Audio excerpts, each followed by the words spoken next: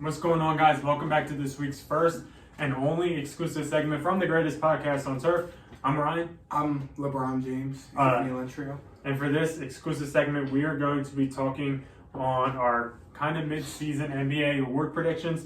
We're going to talk about MVP, Defensive Player of the Year, Sixth Man, Most Improved Player, Rookie of the Year, giving our predictions for that, giving guys who we think deserve it.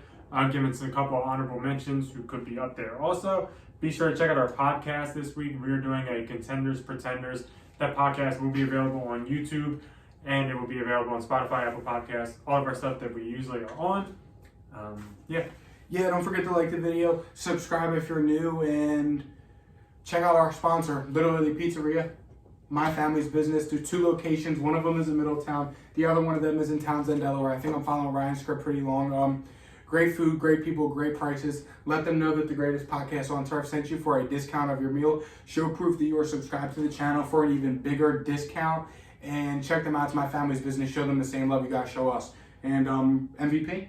Do you want to start or you want me to? I'll start. I didn't wear his jersey tonight because I wanted to change it up a little bit. I'm rocking the GOAT LeBron James jersey. But for my MVP, I'm going with Joel the Process Embiid. He was up there last year, but Giannis played out of his mind. And I know it's only regular season, but Giannis well-deserved that he ran through everyone in the playoffs. But right now, this season through All-Star break, Embiid's shooting 50% from field goal. He's averaging 30 points, 12 rebounds, and 6 assists.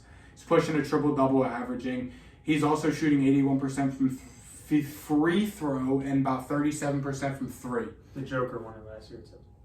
Giannis didn't win it last year? He won Defensive Player of the Year. Oh, fuck. That's what I was just reading about the defense. My bad. Joker won it last year. Embiid was better. But yeah, Embiid's averaging 30, 12, and about 7. He's almost averaging a triple-double on the Sixers. I know regular season don't mean much, but the Sixers are they're top 3 right now. These are regular season awards also. So yeah, it's true. I think the Sixers are 3rd in the East right now. Once we get Harden back and healthy, we'll probably go up to 1st. I think we'll finish 1st. We're 3rd right now. We're 2.5 games behind Miami at 1. We can beat them easy. Miami sucks. But yeah, Embiid's been killing it this year. I honestly thought he should have won it over the Joker last year, not Giannis. I had my awards mixed up. But yeah, Embiid's a stud. Embiid's been a stud through his career when he's been healthy, and as long as he keeps putting up 30 a night with 12 boards, I can't see anyone really.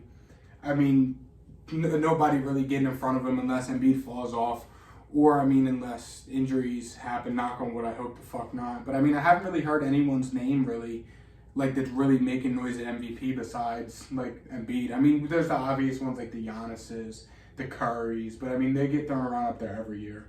Embiid's a newer name up there, and Embiid should have been MVP last year, and he's going to get it this year. Yeah, personally, it's a 3-horse race. The Joker, Embiid, and Giannis. Giannis and the Joker putting up just as good as numbers as Embiid. They're all putting up 30. Joker's putting up 26, 14, and 8, which is arguably just as good as 30, 12 and 5. So it's arguably just as good. Personally, my MVP is the Joker. I was flipping between him and Giannis. I knew he was going to say Embiid, and I'm not going to discredit Embiid. I think the Joker is the MVP, though, because he has played this whole entire season without Jamal Murray and Michael Porter Jr., and they're still one of the top teams in the West. They're still, above 500. They're only 2 games behind the Sixers if you look at those standings. And like I said, he's been without Jamal Murray and Michael Porter Jr. Credit to Embiid. He's been without Ben Simmons all season. But I like the Joker here. Jamal Murray and Michael Porter Jr. are 2 parts of the big 3 that they have in Denver. There's really not much else in Denver besides the Joker. Bones Highland, if we're not counting him as part of a big 3 ever, being honest. Not yet. They're 1-5 without the Joker this season. I think similar to Embiid. I think they're 1-8, 1-7 without Embiid this season. So no discredit to Embiid. I got the Joker. I could see Giannis, and I could see Embiid. Those are the big 3. And I wouldn't be surprised about any of them. I feel like it could go either way. But I'm leaning toward Embiid because that's my guy. A lot of these awards, I was a homer, like Embiid, and the next one you're going to hear about. Rookie of the Year? Is that what we're doing? Yeah, Rookie of the Year.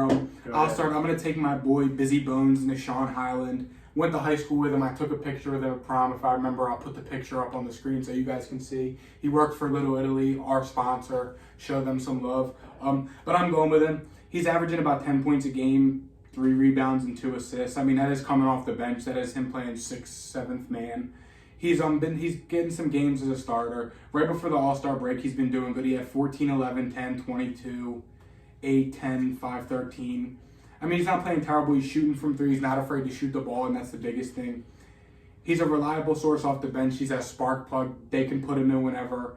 He'll drain a couple shots. He's a stud. He'll get the momentum going. He plays with swag. And I went to high school with him, and we have family ties. So Bones Highland for Rookie of the Year. Another guy I want to talk about is Franz Wagner. I know he's kind of fallen off a little bit, but he's another name I feel like has been thrown around there. The Magic have been playing okay, and he's one of the reasons why with Cole Anthony and Mo Bamba had a couple good games. But yeah, I'm going with Busy Bones Highland here.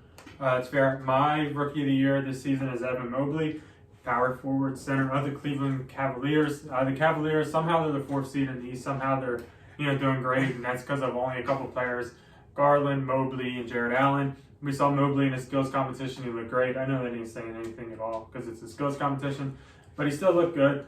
He's averaging about 34 minutes a game. That's a ton of minutes. Yeah. Shooting 50%, 15 points, 8 rebounds. Those are solid numbers, especially for a rookie. I don't really see anybody else really touching him.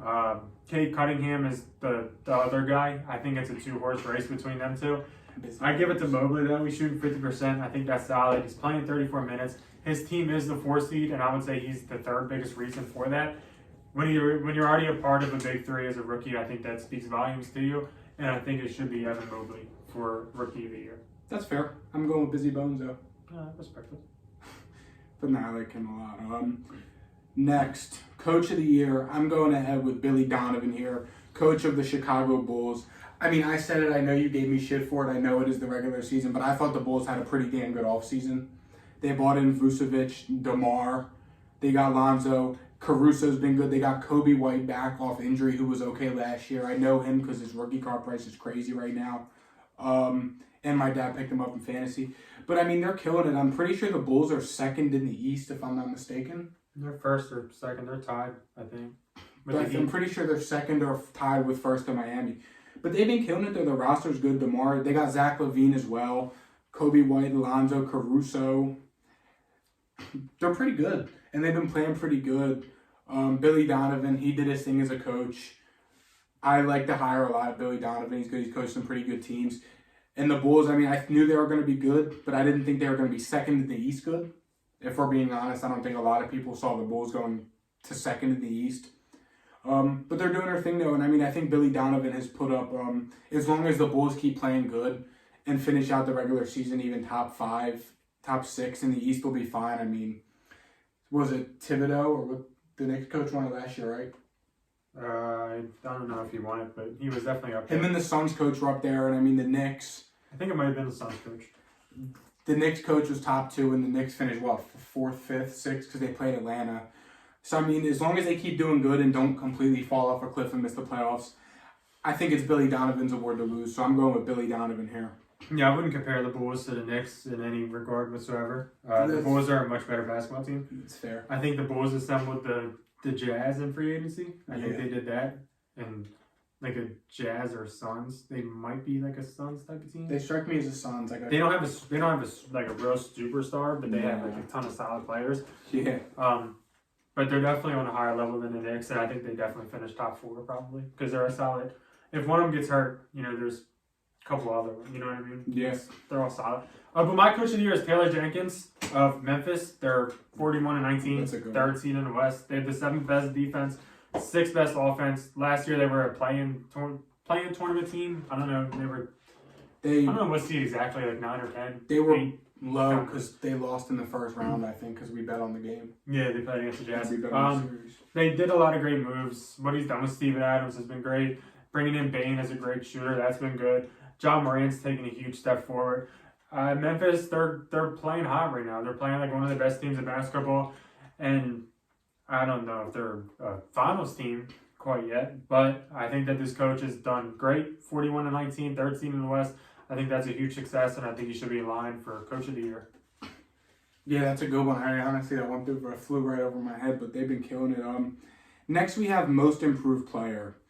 I'm gonna go ahead on a leap here and stay with the Bulls. I'm taking DeMar.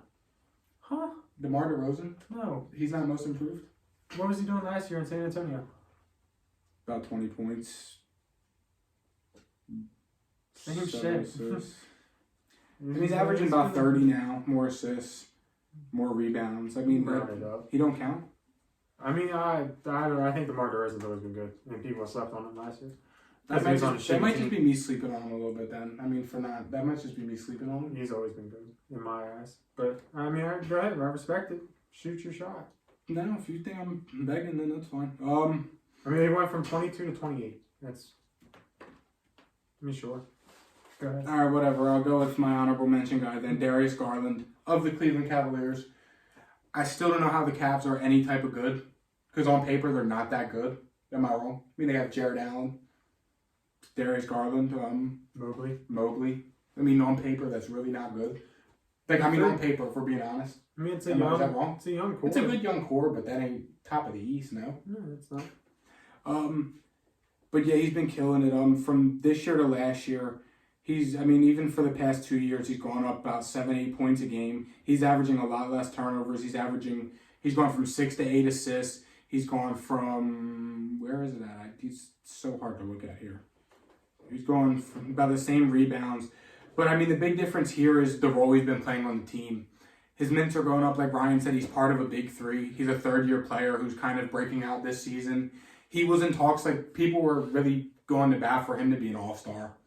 And I mean, that's really what kind of, I guess, like, caught my attention here. People were begging for him to be an all-star, and people thought he deserved it over a lot of the guys that were named all-stars. And I mean, that's really what does it for me. When you go from just Darius Garland to the Cavs who blow, to Darius Garland should have been an all-star, this is bullshit. That says a lot, and that's why he is my now most improved player over DeMar, because I guess I was begging. I'll throw out two guys. My first guy, it's an honorable mention, Miles Bridges. He's been huge for the Hornets. The Hornets they're not good at all, but Miles Bridges has went from 13 to 20 points per game, and he's really the only reason that they're in like the playoff hunt. I think they're around the 9-10 seed, give or take. And he's really the only reason that they're in the playoff hunt. He's had some flashy dunks. He's looked pretty solid, 20 points a game. So he is one candidate. The next candidate is John Morant. He went from 19 points to 27. He's one of the best point guards in the league now. He is leading this Memphis team from, like I said, the 8, 9, 10 seed into the 3 seed now. They have one of the best defenses in basketball. They have one of the best offenses in basketball, and it's all led by John Morant, who has the potential to be the best point guard in the league one day. Not saying you will, not saying you won't, but he has the potential to be, for sure. And he's just lights out. He's 27 points, 7 assists. I'm pretty sure he's even shooting better now. So yeah, that was the thing. Yeah, a little bit. He's still got to upgrade his 3% a little bit, but he went from 30% to 33%, so that's something. It was the same thing with Giannis. I mean, you know I'm very high on John Morant. Well, yeah, Giannis don't have to shoot that. Well, no, but I'm saying, though, like, Giannis even developed a slight bit of a three-pointer, and it just made him that much. That's the same thing with Ben Simmons. Yeah. I told some guy at the very first Philly show I went to that I was looking at his Ja Morant cards. He had like a bunch of rookie autographs. It was like the nicest cards I've ever seen. I said, Ja's going to be the best point guard in the league in 5 years. I swear to God. And he laughed in my face and told me to fuck off. He didn't really tell me fuck off, but that's kind of the laugh he did. But yeah, I love Ja. That's a good one, and I think he should get it. Sure. Next, we got Sixth Man of the Year. I'm going ahead with the guy who has the most swag in the NBA and the best Instagram name I've ever seen, Tyler Hero. He's averaging 20 off the bench with 5 rebounds and 4 assists. Coming off the bench, that's good. That's like Jordan Clarkson numbers last year. I'm pretty sure Jordan Clarkson was averaging about 20 coming off the bench last year. And yeah, Tyler Hero rookie card's up. I invested in him last year and he sucked, and now they're going back up, so I made some money back on the Tyler Hero PSA 9 rookie cards I have. But yeah, Tyler Hero, Sixth Man of the Year. Yeah, I Tyler Hero also the Heat are the 1 or 2 seed, and I gotta look that up. I'm pretty on NBA out. They were 1, but they may have the same record as Chicago. Well, yeah, the Heat are the 1 seed. So Tyler Hero has been a huge part of that. I'll give my honorable mention is Jordan Clarkson. He's consistent 6-man. He's started 1 game this year. He's 16 points a game. That's solid. He's on a Jazz team. That's pretty solid. So Jordan Clarkson should definitely be in the conversation. Right now, Tyler Hero is playing out of his mind though, so. You know, he's got my vote. Yeah. Then moving on, the final award, the Defensive Player of the Year award. This one, I mean, I feel like you always have the same guys. The Draymonds, the Rudy Gobert is always up there. Giannis is always up there, and Embiid. I went ahead here and kind of, maybe I'm begging a little bit. A guy who I like a lot, Jaren Jackson Jr. coming out of the draft, he was good. He was good. He's been okay, pretty good. He got injured. He missed pretty sure almost 2 years. He's back and he's finally living up to that hype he had coming out of the draft out of Michigan State. I want to say. I don't remember where Jaren Jackson went. Hold on, it's gonna bother me now. It's not coming up. Don't remember where he went, but he's finally living up to that draft hype that he had. He's a stud. He's good on defense too. He's averaging about two and a half blocks and about 2 steals, I think, and that's up from last year. Georgetown. Damn, really? I was way off. Oh no, he went to Michigan State. That's what I thought. His dad might have went to Georgetown. Yeah, his dad. But yeah, his totals are up from last year, and he's been big on that defense. He does have Steven Adams playing center, so that helps as well. They had one thing watching them in the playoffs last year is he was getting owned. Him and Valanciunas were getting owned by Rudy Gobert in that first series. And I mean, I remember I was texting Ryan, or we were talking about it, and I was just like, Jaren Jackson's really got to step up because him and Valanciunas suck. They bought Steven Adams in to help out. Steven Adams is a paint bully. He can guard a big man, and Jaren Jackson really worked on that the offseason. And it showed he's getting blocks. He's playing better against bigs. And he's just doing his thing. He's doing exactly what they drafted him for coming out of college. And he's finally starting to live up to that hype that he was supposed to have. So Jaren Jackson, he probably won't win it unless Memphis goes on a run and gets a top seed. But yeah, Jaren Jackson Jr. is my pick. For my DPOY, I got Draymond Green. Honorable mentions, obviously, Giannis and Rudy Gobert. But, they're kind of the obvious, always, taken. Draymond Green, the Golden State Warriors are ranked the #1 defense in basketball. I know Draymond's only played 34 games, and you can argue, he hasn't played enough, but I don't care. I'm still taking it. Fair. The Warriors had the best defense in basketball with Draymond Green on the court. He's averaging 1.4 steals, 1.2 blocks. He's been an absolute menace. He's the best defensive player on this team, and it is the best defensive ranked team. So give me Draymond. Yeah, and I think that's gonna wrap this one up now. Yep. Thank you guys for watching. We're going to be bringing more NBA content soon. Next week starts our NFL draft off-season outlook. Not NFL draft, our NFL off-season outlook. Check out the podcast for more. It should be right below, or all you got to do is click that channel button after you click the like and subscribe button and check out our podcast from this week with Jake, NBA Contenders, Pretenders. Show us some love, and we'll see you guys next week. See ya. Peace.